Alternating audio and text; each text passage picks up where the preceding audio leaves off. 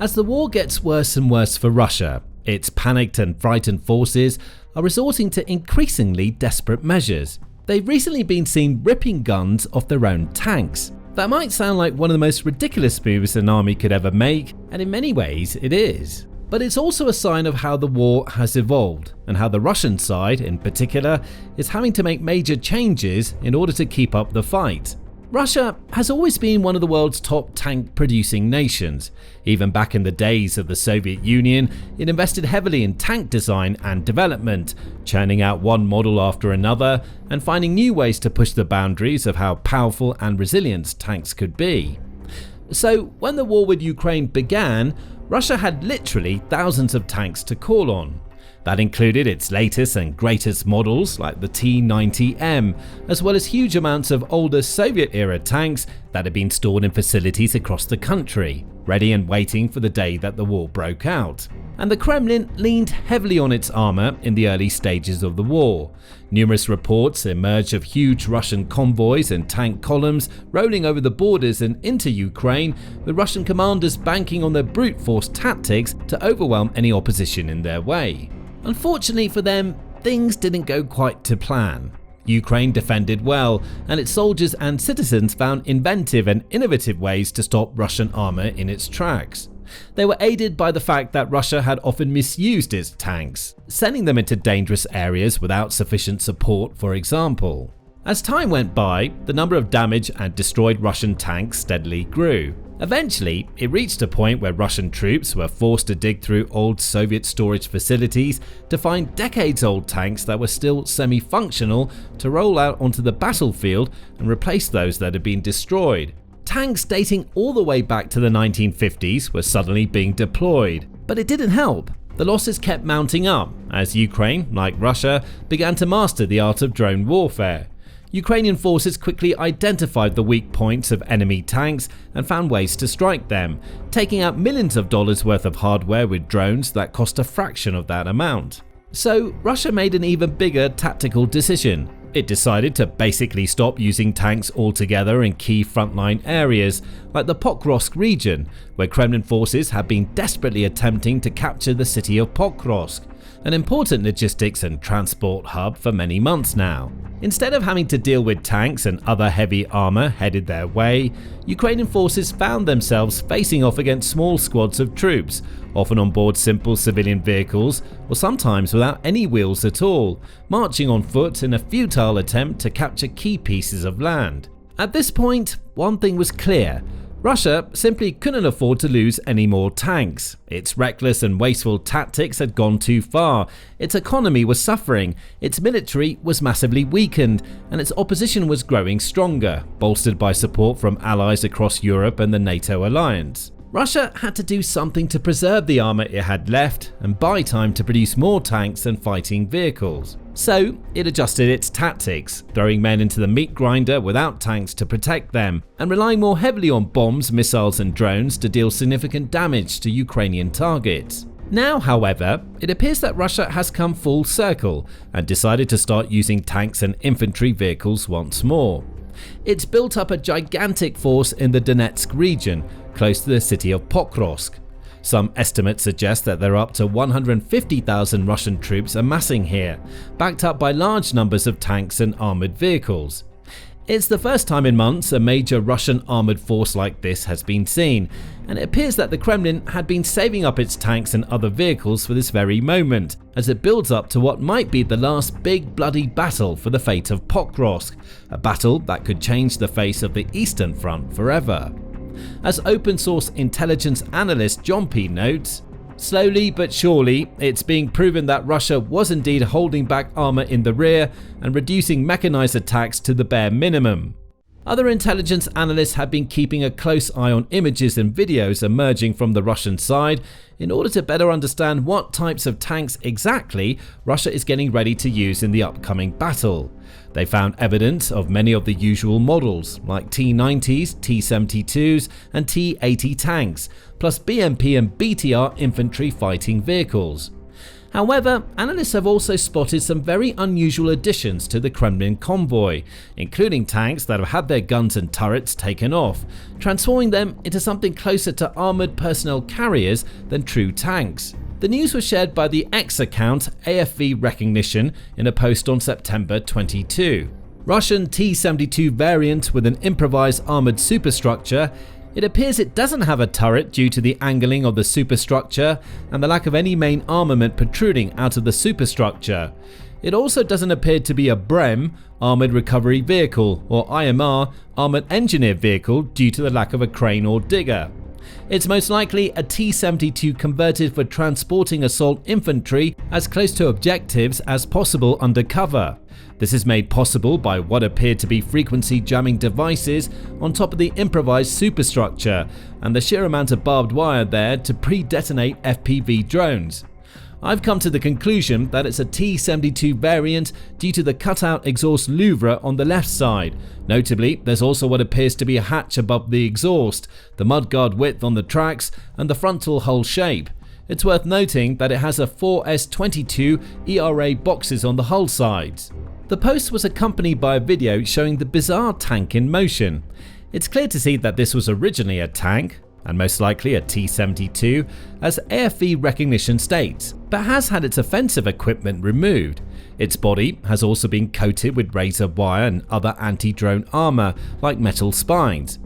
Analysts have also spotted anti-missile reactive armour blocks attached to this transformed tank, along with a triangular metal roof equipped with drone jamming radio noisemakers. So, while it may look like a scrap heap that's somehow come to life, this Russian Franken tank actually has quite a lot of innovative armour and technology hidden beneath its ugly surface. But why has Russia felt the need to take a tank that could have been used to deal serious damage to Ukrainian forces and reduce it to a glorified personnel carrier? The answer, in a word, is drones. Drones have come to dominate this war in more ways than one. Russia uses them on a near daily basis to bombard Ukraine, often deploying hundreds of drones in a single night towards targets all over the country, including the capital of Kyiv. Its drones regularly kill and wound civilians, as well as damaging buildings and vital pieces of infrastructure, including residential homes, hospitals, schools, and so on. Ukraine too has gradually grown more adept at using drones against Russia. Countless incidents have been reported of Ukrainian drones taking out aircraft, radar stations, air defense systems, oil refineries, military factories, and other targets, both in occupied territories and over the border into Russia itself. Ukraine also knows very well how to use drones to take out Russian tanks and armoured vehicles, and there have once again been numerous cases of kamikaze drones striking the weak points of Russian BMP vehicles or old Soviet tanks, wiping them off the map in a matter of seconds. Russia knows this. It understands that its armour is at major risk at all times, and especially along the front lines. At any moment, the distinctive buzzing sound of drones overhead might emerge, and entire convoys can be obliterated by a well-timed and carefully coordinated drone attack. Russia has already lost over 22,000 armoured vehicles and other pieces of heavy military equipment, with the majority, around 65%, according to expert estimates, being taken out by drones. The Kremlin cannot afford to keep suffering those sorts of utterly unsustainable losses.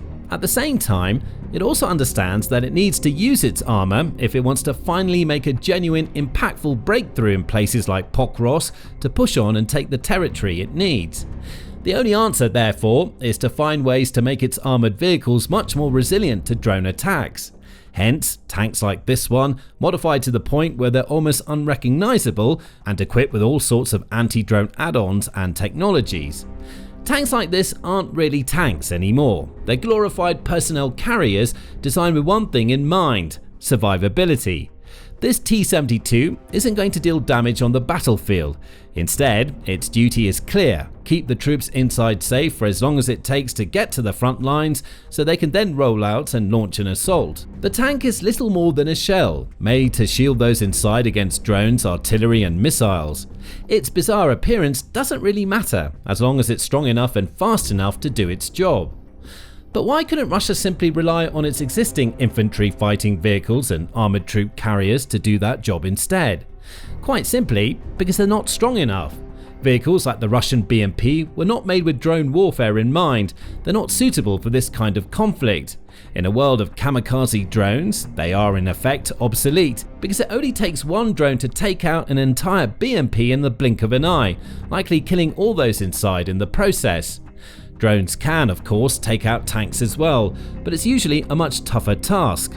It often requires several drones to take out a single tank, and when looking more closely at how the BMP compares to the T-72, it's easy to understand why. At its thickest point, a BMP infantry fighting vehicle has just 30mm of steel armour. A T-72, meanwhile, has some points with approximately 200mm of composite armour protecting its crew and internal components. As far as armour protection goes, the T-72 is around 7 times tougher than the BMP. And in frontline areas where enemy drone swarms are never too far away, every single millimetre matters. It could be the difference between life and death for those inside, and victory or defeat on the battlefield. Converted tanks like the ones spotted by open source intelligence analysts are simply stronger and more resilient than any infantry fighting vehicle could ever be. They have a better chance of withstanding direct drone impacts, especially when they're equipped with an array of additional layers of protection like razor wire, spikes and so on. Another reason why the Russians may have decided to convert a T-72, in particular to an IFV, is because the T-72 is infamous in the military world for one gigantic design flaw. Designed back in the 1960s, this tank is one of Russia's most popular models, with more than 25,000 units produced in total. It has many strengths, like its V12 diesel engine that allows it to reach peak speeds of close to 50 miles per hour and cover 300 miles of ground on a full tank of fuel. However, it also has one major issue related to its autoloader. On paper, the autoloader may seem like a helpful addition to this tank, as it negates the need for manual loading of the main gun. That means the crew only needs to be made up of 3 people, a commander, gunner and driver, with no need for a loader. Autoloaders can also provide faster reloads than manual ones, helping the T-72 keep on firing with minimal delay in between shots. Unfortunately, the Soviet designers who created this tank decided to place the tank's ammunition storage right beside the autoloader, just under the tank's turret. That essentially turns T-72s into giant powder kegs, and a well-placed drone or missile strike to the turret can be enough to send the whole tank up in flames. Anyone on board when that happens has almost zero chance of survival, which is why the Russian military has gone to great lengths over the course of the war so far to find ways to make their T-72s tougher. They've added coupe cages around the turrets and welded turtle shell-style armour all over their bodies for extra protection. This new method of removing the tank's gun and turret entirely is just the next evolution of that process, aimed at making the T-72 less likely to be taken out by an accurate drone or rocket attack. Without the turret and gun, the T-72 should also be significantly lighter than before. That in turn may help it to make it a little more maneuverable on the battlefield, or perhaps even able to reach higher speeds than before. It should also counteract the additional weight of the metal spines and reactive armor plates added to the tank's chassis. But despite some positives, this gunless T-72 tank is certainly not without its flaws. Firstly, even without its turret, a T-72 hull weighs around 27 tons, which is still significantly higher than a BMP-3, which tips the scales at just 18 tons. Tanks like this will never be as agile as true infantry fighting vehicles, so even if they can withstand more hits, they'll have a much harder time evading them or fleeing from dangerous combat zones to safer areas. Particularly on tough or uneven terrain, the difference between tanks and infantry fighting vehicles is often clear to see, with the best IFVs and personal carriers able to handle rough ground or tight corridors with relative ease, while clunky, awkward tanks often get stuck or slowed down dramatically. BMPs and similar infantry fighting vehicles are also designed to carry troops and have features that facilitate that process. Many have rear-mounted hatches, for example, that allow troops to get in and out quite quickly and safely. Tanks aren't made the same way, especially Russian tanks, many of which are notoriously awkward and uncomfortable for their crews. Getting in and out of a T-72 is not the easiest task at the best of times, and it becomes even harder when the tank is covered head to toe in spikes and razor wire. Infantry would likely have to climb over the hull and navigate all those points and barbs just to get in or out, which would take time. And in frontline firefights, every single second counts. So even if the tank itself has stronger survivability than before, the people on board may actually find it much harder to escape with their lives intact should they need to evacuate for any reason. This isn't to say that tank to IV conversions don't or can't work. They can. Many military forces around the world have successfully transformed older tanks into personnel carriers. Israel, for example, was converting T-55 tank hulls to APCs back in the 1980s, and Ukraine's forces too have found ways to make use of old tanks by stripping off unnecessary parts and turning them into infantry vehicles. It's a system that can prove useful when done well, and Russia's new Franken tanks may indeed be of some use in getting troops to the front lines in one piece. But they're certainly not perfect. They appear awkward, slow, uncomfortable, and even dangerous for those that have to operate them or travel inside them. And even with all their defenses, they're still far from invulnerable. Drones, missiles, bombs, and mines could easily take them out. And Ukraine's forces have proven that they know exactly how to deal with Russian armor, having destroyed over 4,000 tanks so far, along with more than 8,000 armored and infantry fighting vehicles. Arguably, the most important takeaway from all this, however, is that it shows how desperate Russia has become. When the war began, it proudly sent its vast tank and armored vehicle fleets into Ukraine, assured and confident of a swift and crushing victory. Now, more than 3 years later, it's been reduced to dragging decades-old armor out of retirement and even dismantling what should be some of its strongest tanks just to help them survive. And this isn't just a one-off example. There have been many other cases of Russian Frankenstein tanks with everything from chicken coop nets around their turrets to stacks of drone jamming equipment stacked on their chassis. Awkward, slow, clunky, and ridiculous to look at, these crazy creations show just how much the war has changed and how far Russia's having to go to maintain any sort of offensive in Pokrovsk and other frontline locations.